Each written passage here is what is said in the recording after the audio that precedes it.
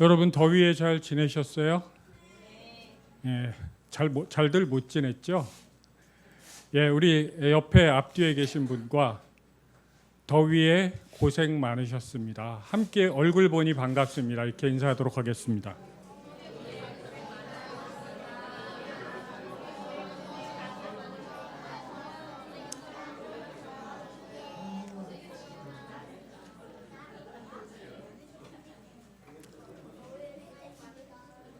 예,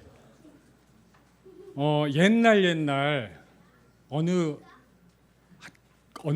마을이 있었습니다.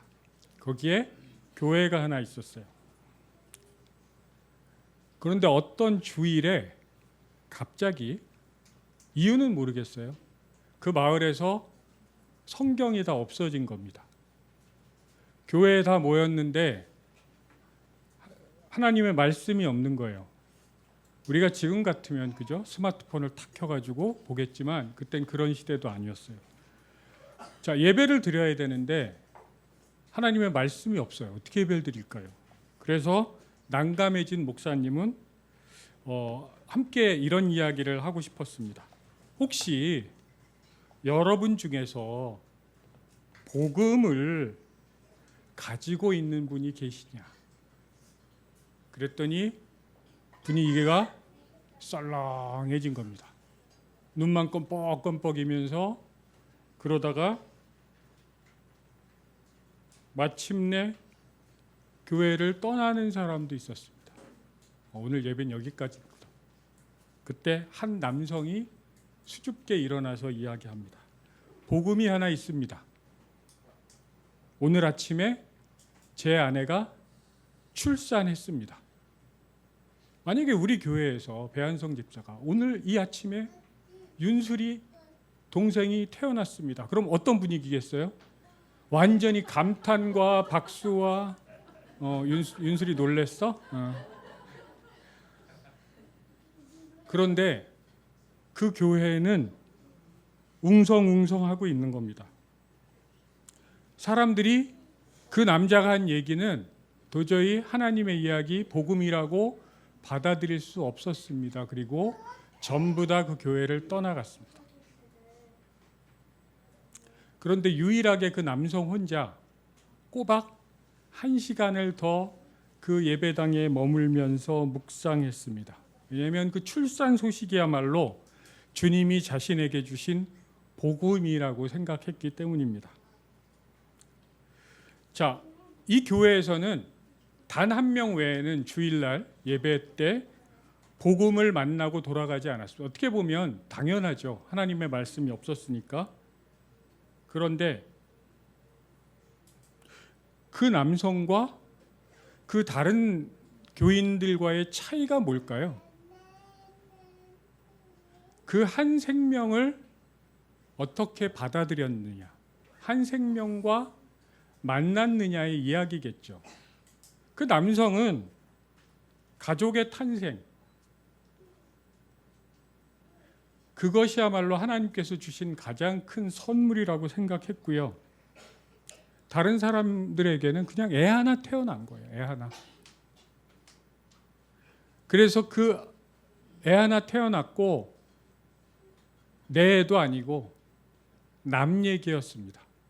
그래서 그들은 그 교회에 한 생명이 태어났는데 전혀 하나님의 은총이라고 생각하지 못하고 심지어 어떤 완고한 사람은 아니 지 새끼 태어난 거 뭐 그딴 거를 복음하고 하나님의 말씀하고 갖다 붙여? 오히려 불경스럽다라고 생각하고 그 교회를 떠났습니다. 여러분은 만약에 우리 교회에서 그런 일이 벌어지면 그렇죠? 우리 교회 많이 다르겠죠. 예, 말 안 해도 알 것 같습니다. 예배학자 브로커링은 현대 예배를 이렇게 말했습니다. 현대 예배의 문제가 뭐냐면 실제 사람들이 살고 있는 삶의 이야기와 하나님의 메시지가 따로 놀고 있고, 왜 그러냐면 우리가 살고 있는 실제 우리들의 이야기가 하나님의 말씀만큼이나 중요하다고 인정받지 못하는 데서 현대 교회 예배에 문제가 있다라고 얘기합니다. 그러니까 우리가 하나님의 말씀뿐만 아니라 교회에서 예배 드리는 이 성도들의 이야기를 함께 듣고 축하하고 기뻐하고 함께 슬퍼하는 그런 일들이 일어나지 않고 있다. 그래서 그는 현대교회 예배의 특징은 삶의 이야기가 빠져있는 예전이라고 표현합니다. 수많은 예전들이 있는데 그 안에 그들이 살고 있는 일상의 삶의 예전이 빠져 있다는 거죠. 그래서 저는 예배를 오늘 이렇게 정의하고 싶습니다. 예배는요, 우리의 일상적 이야기 있죠. 밥 해먹고 청소하고 직장에서 돈 벌고 우리 어린이들은 학교에 가서 즐거운 학교에 가서 방학 숙제 검사 받고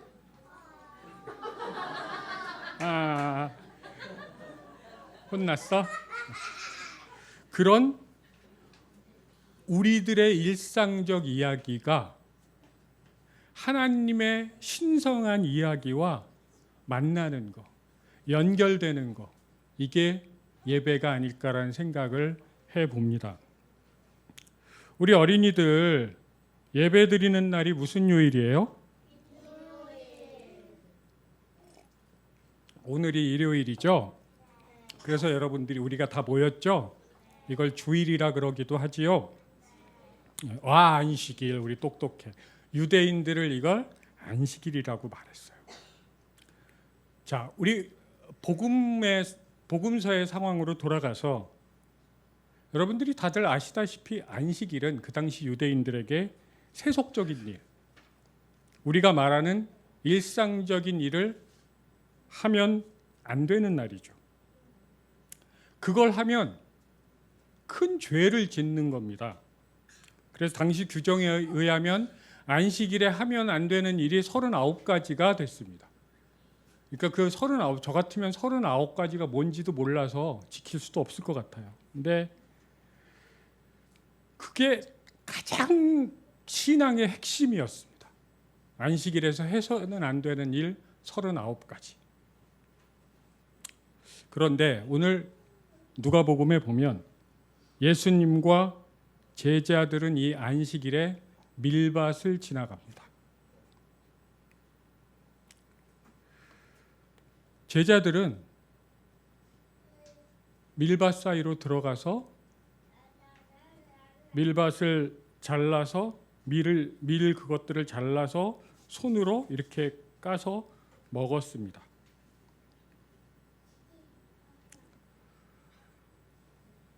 어지간히 배가 고팠나 봐요. 그죠? 이들은 안식일에 해야 되는 4가지를 어겼다 그래요. 안식일에서는 수확하고 타작하고 키질하고 음식을 장만하면 안 됐어요. 근데 이 4가지를 동시에 어겼습니다. 그리고 바리새인들은 불꽃 같은 눈동자로 그걸 쳐다보면서 항의를 합니다. 지적을 합니다. 당신 제자들이 그런 죄를 저질렀다고. 그런데 예수님에게 그건 아무 문제도 안 됐어요. 예수님은 본래 안식일이 어떤 날인지를 그들에게 이야기하기 시작했습니다. 똑같은 사건이 기록되어 있는 마가복음 2장에서는 이 구절이 하나 더 들어가죠. 안식일이 누구를 위해 있는 거예요? 사람을 위해 있는. 우리 어린이들 따라 해볼까요? 안식일이 사람을 위해 있는 것이지 사람이 안식일을 위해 있는 것이 아니다. 예. 그 얘기를 듣고 바리새인들은 기가 막혔을 겁니다. 안식일의 주인은 사람이라고 말하는 것 같잖아요. 그 관점에서 본다면 제자들이 배고파서 밀을 이렇게 부벼서 먹는 거는 전혀 문제가 되지 않습니다. 그게 예수님의 입장이죠. 그래야 안식일은 주일과 같은 날이 다른 날과 단절되는 것이 아니라 연결될 수 있다라고 보신 게 아닐까. 밀을 잘라서 먹고 살아야 하는 인간의 이야기와 안식일이라는 율법, 그 하나님의 이야기는 지금 오늘 본문을 통해서 서로 만나고 있습니다.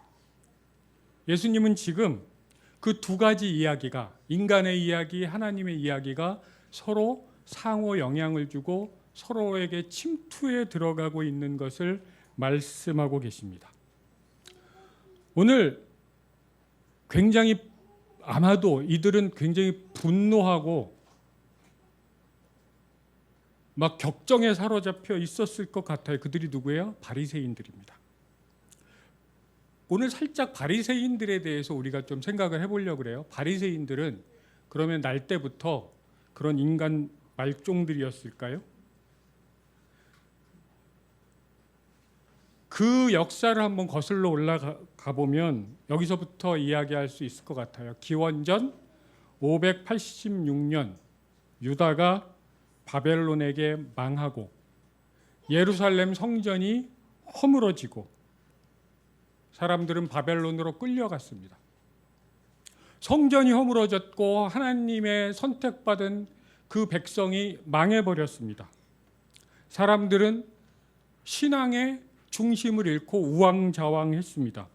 그리고 그때부터 세례 요한의 음성이 들릴 때까지 예언자의 음성이 사라졌습니다. 그 기라성 같은 이사야, 예레미야, 호세아, 아모스의 그 예언들이 하나님의 말씀이 사라진 거예요. 더 이상 예언자가 등장하지 않았습니다. 예루살렘 성전을 보면서 제사를 드리면서 하나님의 함께 하심을 느꼈던 사람들은 이제 존재의 근거가 없어진 거예요. 이때 새로운 움직임이 시작됩니다. 그게 에세네파라는 공동체입니다. 쿰란 공동체. 그 공동체는 아마도 세례 요한이 여기에 속해 있을 거다. 어차피 성전은 타락했고 부패했기 때문에 그것으로부터 따로 떨어져서 사해 주변에 한적한 곳에 수도원 같은 이 세속으로부터 분리된 공동체를 짓고 금욕적인 삶을 살았습니다. 그리고 그들의 삶은 굉장히 많은 사람들에게 영향을 주고 감동을 줬죠. 예, 우리에게는 때때로 그런 공동체의 흐름들이 필요하죠. 그런데 또 한쪽에서는 이들이 추구하는 그 삶이 너무 영적으로 엘리트적인 거 아니야?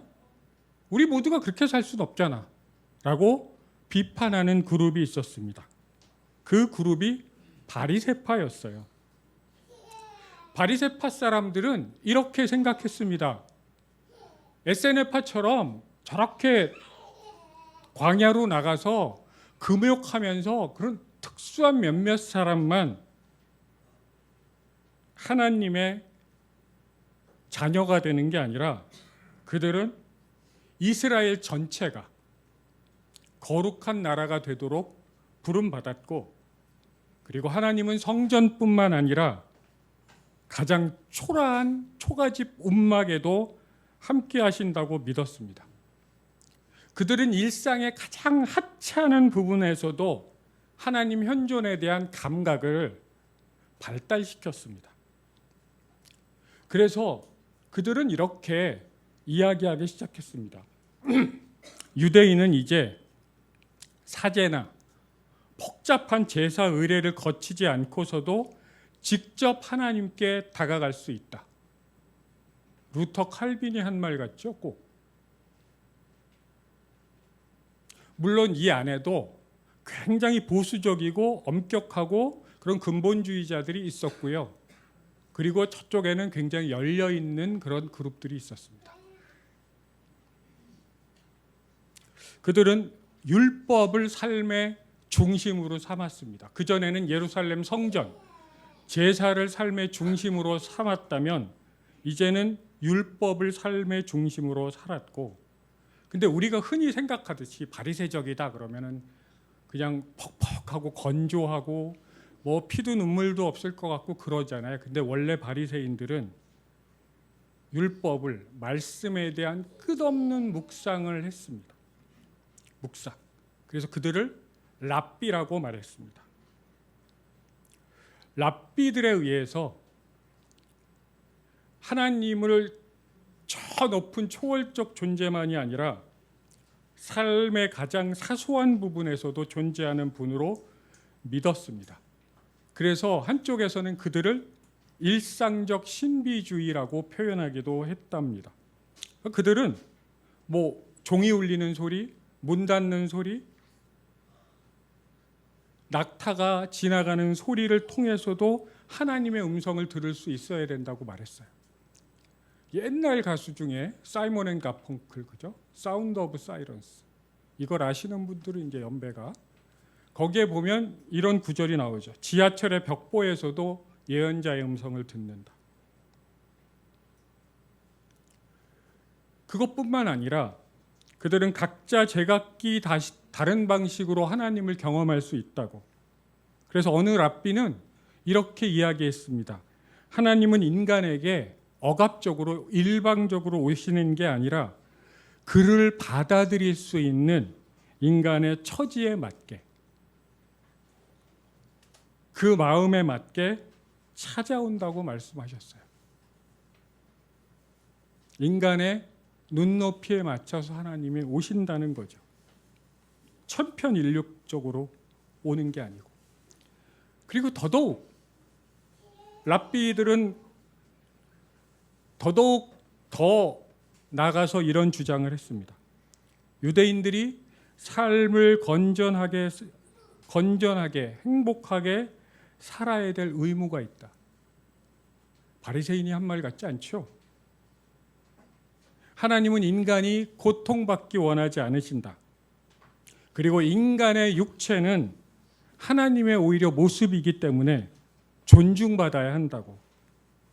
하나님이 인간의 기쁨을 위해서 선물한 술이나, 이 대목에서 선우가 너무 좋아할 것 같아. 술이나 심지어는 성관계 같은 것도, 그 즐거움을 기피하는 것도 죄가 될 수 있다. 놀랍지 않습니까? 이게 원래 바리새파 사람들이, 물론 굉장히 열려있는 그룹이긴 한데, 그래서 어떤 신학자들은 아마 예수님도 바리새파 사람이었을 것이다라고 이야기하는 신학자들도 있죠. 그런데 의외죠.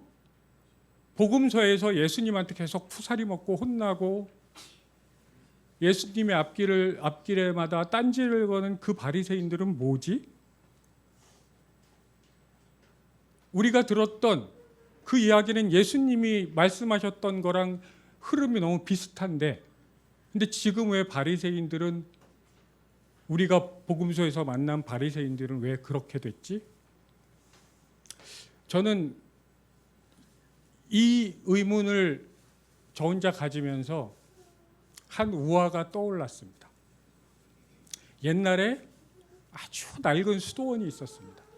근데 거기에는 쥐가, 수도원은 더러웠기 때문에 쥐가 창궐해서, 우리가 예배를 드리고 있는데 밑에 쥐들이 막 왔다 갔다 하고, 전혀 그게 일상이 됐습니다. 그래서 이 쥐 때문에 기도를 드릴 수가 없는 거예요, 수도사들이.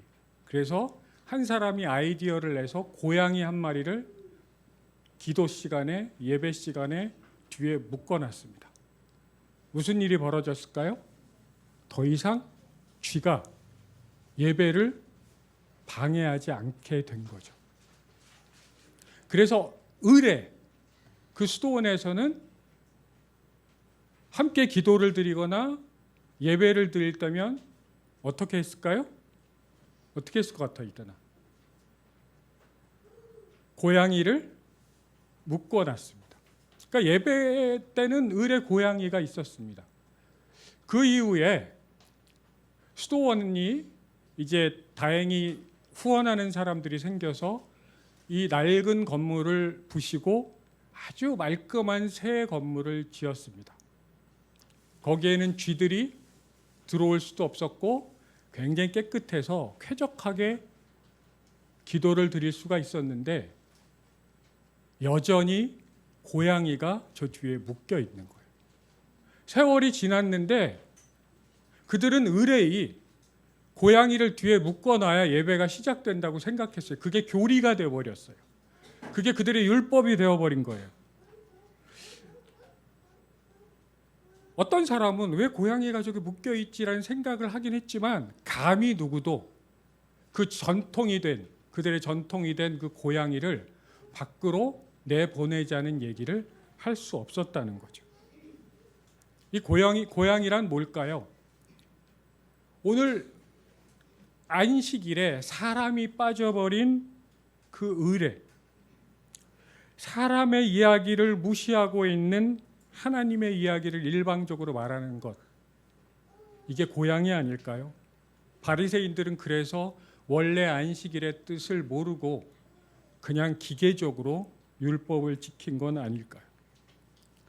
율법의 원래 의도, 안식일은 사람을 위해 있는 것이다. 혁명적인 이야기였을 겁니다. 안식일에 사람이 빠져 있다는 거죠. 신학자 허버트 앤더슨은 예수님의 공적인 사역 있죠. 예수님이 그 공적인 사역은 이렇게 표현했습니다. 의례적인 식사에 의해 구조화됐다. 조금 어려운 말인데 그 식사가 계속 반복되고 그 식사가 어떤 패턴이 있고 그리고 그 식사는 굉장히 중요한 것처럼 예수님의 삶에 자리 잡았다는 거죠. 의도적으로 예수님께서 마련한 먹고 마시는 자리, 그것이 최후의 만찬, 성만찬까지도 연결되고 우리 예배의 핵심으로 자리 잡게 됐지요. 음식과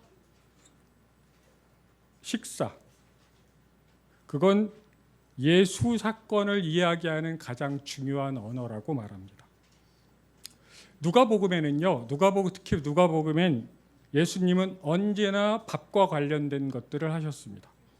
식사를 하고 계시거나 식사를 하러 가시거나 밥을 다 먹고 소화시키러 식사를 하러 나가시거나 이게 굉장히 많이 나온다는 거예요. 그래서 어떤 신학자는 농담으로 예수님은 100kg가 넘었을 거다 이렇게 농담을 하는 사람도 있습니다.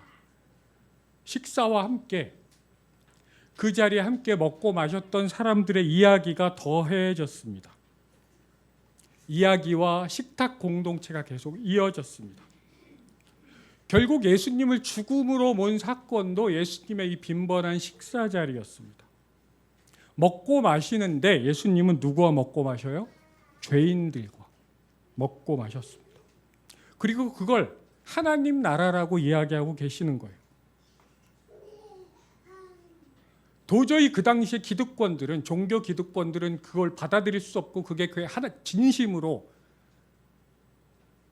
하나님을 모욕하는 일이라고 생각했을 겁니다. 예수님은 성전과 회당 안에만 있었던 그 하나님을 사람들이 매주 마주하는 밥상 자리에, 그 자리에 하나님이 이미 계심을 발견하고 계신 거죠. 예수님은 그 밥상머리에서 복음의 핵심인 죄의 용서 구원을 말씀하셨습니다. 그리고 그 청중들은 일반적으로 어두운 이야기를 갖고 있는 사람, 낮은 자리에서 식탁을 차리시고 그리고 일반적인 사람에게 식사 초대조차 받을 수 없는 그 죄인들의 이야기에 귀를 기울이셨습니다. 이를테면 부정하다고 손가락질을 받았던 한 여성, 사람들이 그 당시 제일 멸시했던 그 세리, 우리 일제시대로 말하면 마름이라 그러죠. 마름, 그 삭개오, 그들을 함께 밥을 먹으면 안 되는 그 저주받은 사람들을 예수님은 하나님 나라 잔치의 주인으로 초대하신 거죠.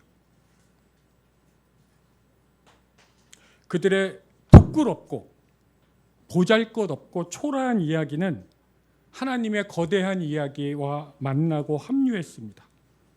그리고 평범한 일상의 식탁, 오히려 평범한 한 밑을 도는 그 죄인들과 먹었던 그 식탁은 하나님의 은혜가 임하는 거룩한 식탁이 되었습니다. 저는 그래서 이걸 밥상머리 예전이라고 그냥 이름 붙여봤습니다. 자, 우리가 매주일 드리는 예배는 그 예수님의 밥상과 연결되어 있습니다.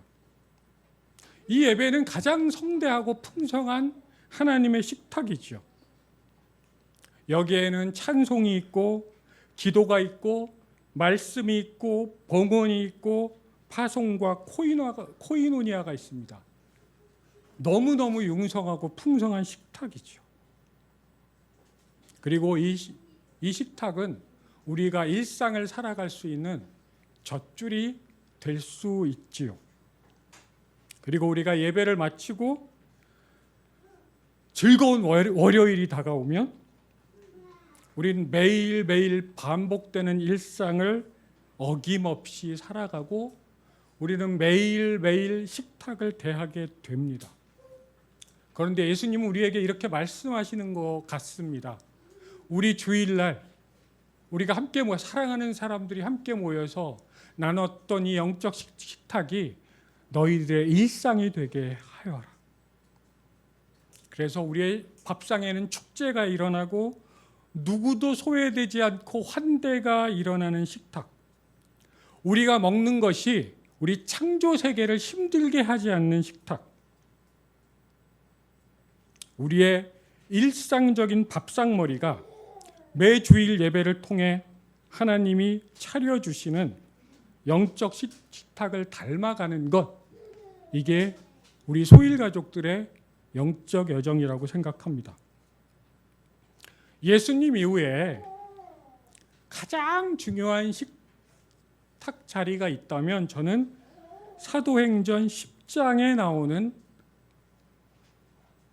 베드로와 로마 장교 고넬료의 식탁이라고 생각합니다. 당시 유대인들은 할례를 받지 않은 그 이방인들하고 겸상을 하지 않았습니다. 그런데 베드로는 그 로마인과 함께 겸상을 했을 뿐만 아니라 먹으면 안 되는 부정적인 짐승, 부정한 짐승, 이렇게 하늘에서 쫙 돼지나 이런 게 내려왔겠죠. 그리고 기어다니는 것들이라고 표현해요. 뱀도 있었던 것 같아요. 집어먹으라고 말씀하시는 하나님의 소리를 들었습니다. 베드로는 하나님께 말하죠. 저는 그런 부정한 것을 먹을 수 없습니다. 베드로의 이 태도는 쥐가 없는 예배당에 고양이를 묶어놓은 그 수도원의 사람들과 거의 비슷하죠. 하나님이 내가 얘기한 걸 부정하다고 얘기하지 말아라. 그 율법 너머에 하나님이 있는 거죠. 그리고 초대교회에서는 이게 스캔들이 됐습니다. 그래서 오늘 본문에서는 베드로가 베드로를 혼내는 거죠. 그 초대교회 공동체에서. 어떻게 그런 부정한 식탁을 가질 수 있냐고. 그리고 우리가 입장을 바꿔 생각해도 우리가 초대교회 멤버였다면 아마도 우리 중에 우리 대다수도 베드로에게 항의를 했을지 모릅니다. 그런데 베드로는 고넬료의 집에서 벌어진 일들을 쭉 얘기합니다. 너무 길어서 오늘 본문의 앞부분과 뒷부분만 읽었는데요. 쭉 고넬료와 함께 있었던 이야기를 이야기합니다. 그리고 고넬료의 집에 그 이방인의 집에 모인 사람들에게 성령이 임했고 거기에서 감격적인 세례식이 있었다는 사실. 베드로의 시야가 열리고 이방인과 유대인의 간극이 사라지고 배제와 차별이 환대로 바뀌는 일이 벌어진 거죠. 그리고 그 다음에 초대교회의 위대함이 드러납니다. 베드로를 비난했던 이들이 베드로처럼 훨씬 더 깊고 크고 넓은 하나님을 만나게 된 거죠. 자신들이 가지고 있었던 신앙적인 틀에 그 너머에 있는 하나님의 역사를 재단하고 자르고 배제한 게 아니라 자신들이 가지고 있었던 그 신앙적인 틀이 깨지면서 더 큰 하나님을 만나게 됐습니다. 이들은 그 사람의 이야기가 하나님의 이야기와 다른 게 아니라는 것들을 고백할 수 있었습니다. 초대교회는 그래서 유대인들만의 그 공동체에서 이제 온 세상 2000년 후에 이 한반도에 정반대에 있는 우리들까지 함께 믿고 고백할 수 있는 신앙이 된 거죠. 그 분위기를 바탕으로 바울 같은 코스모폴리탄이 활동하고 소아시아 일대를 복음화할 수 있었습니다. 바리새인들은 새롭게 다가오는 그 얘기를 거부했고 그들은 그래서 영적 가뭄에 놓이게 됐고 그들은 예수님과 상관없는 사람, 아니 예수님을 반대하는 사람이 되어버렸습니다. 그들이 그토록 소중하게 생각했던 율법이 하나님을 사람들에게 더 잘 보이게 만드는 통로가 된 게 아니라 가림막이 됐다는 사실을 그들은 알지 못했습니다. 초대교회는 진리 앞에서 겸손했습니다. 자신들이 가지고 있는 생각, 그 경험들을 내려놓을 수 있었습니다. 그렇게 밥상머리에서 벌어진 일들과 하나님 나라의 그 귀한 이야기는 계속 연결됐습니다. 그리고 하나님께 예배드리는 그 예배 예전은 하나님에 의해서 시작된 것이긴 하지만 예배는 하나님만 있으면 이루어질 수 없습니다. 누가 필요해요? 우리 인간들이 필요합니다. 그래서 예배학에서는 하나님과 인간이 공저자다라고 얘기합니다. 함께 만들어가는 거다. 인간의 이야기와 하나님의 이야기가 티키타카 하듯이 그러면서 서로 섞이고 우리의 예배를 풍성하게 한다. 예배 예전이 뭘까요? 굉장히 특별한 시간이죠. 그래도 이렇게 이렇게 초도 켜고 특별한 공간을 만들어서 계속 반복합니다. 적어도 일주일에 한 번씩 눈이 오나 비가 오나 계속 반복하고 그 루틴이 일어나죠. 우리는 예수님의 이야기를 노래로 만나고 언어로 만나고 온몸으로 만납니다. 그래서 이런 것들이 끊임없이 우리 삶이 우리 생이 닿을 때까지 예외 없이 반드시 주일은 하나님의 시간으로 성별하여 우리를 함께 드리는 거죠. 그리고 우리는 하나님 덕분에 생겨난 가족들이죠. 한번 얼굴들을 보실래요? 이 가족들은 피가 한 방울 안 섞여 있지만 하나님 덕분에 생겨난 가족들입니다. 그래서 그 가족들과 함께 모여서 하나님의 복음이라는 그 거대한 것들을 반복해서 듣고 보고 뜯고 맛보고 그런 시간들이죠. 우리는 이 시간을 통해서 나의 이야기도 하나님 앞에서 소중한 것이구나. 나의 이야기도 귀중한 나의 초라한 이야기도 하나님이 존중해 주시는구나. 그리고 우리는 서로의 이야기를 소중하게 생각하고 존중하는 사람들이 되어가는 거죠. 거기서 우리는 환대가 일어나고 치유가 일어남을 알 수 있습니다. 우리의 예배는 이 특별함은 이 특별한 시간들을 넘어서 우리의 일상으로 흘러가게 됩니다. 우리의 밥상머리에서도 하나님의 현존하심을 함께 경험하면서 우리의 매일매일이 하나님을 경배하는 일임을 우리가 기억할 수 있으면 좋겠습니다. 우리 함께 기도하겠습니다.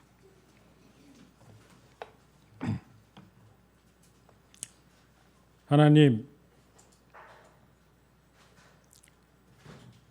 우리 하나님의 이야기뿐만 아니라 우리들의 평범한 이야기, 특별할 것 없는 이야기도 당신의 이야기임을 말씀해 주셔서 감사합니다. 우리 예배를 통해서